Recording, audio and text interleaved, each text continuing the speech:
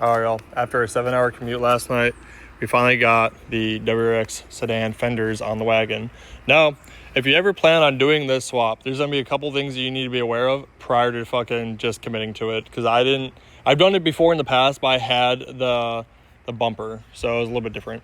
So on these fenders line up perfectly fine, just like the wagon OEM ones, except on the bottom portion here, the side skirts on the wagons don't connect in to the sedan fenders like how they do on the wagon fenders.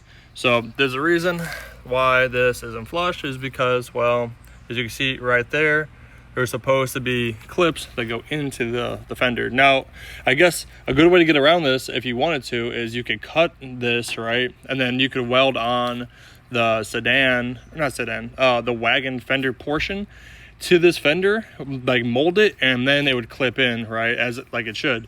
But to be honest, I'm not going to do all that. I think the zip tie right here and this being clipped into the rockers is fine. It's sturdy.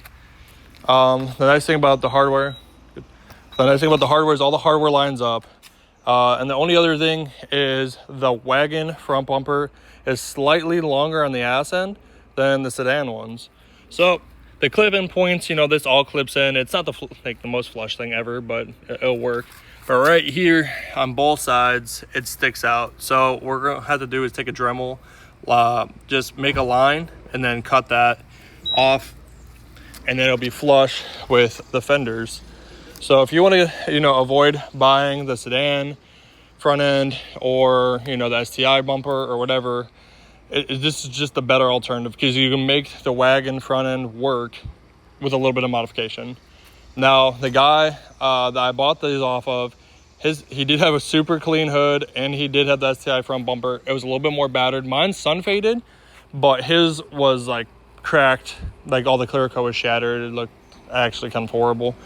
But I think I'm gonna keep it the way it is, and then I'll cut it up and just kind of mock it up and make it look good. But this shit needs to come off anyways, because I have new headlights and I have to wire them in, and those will have like the little C lamp thingies. So yep, I think it looks a lot more aggressive now that it has that arch. It actually flows really well with the wheels. So I'll have to roll those eventually, but as of right now, it's not low enough to crunch and or hit anything, and it looks pretty decent. I think the wagon has an okay stance to it. Needs to go lower, but it's okay for the time being.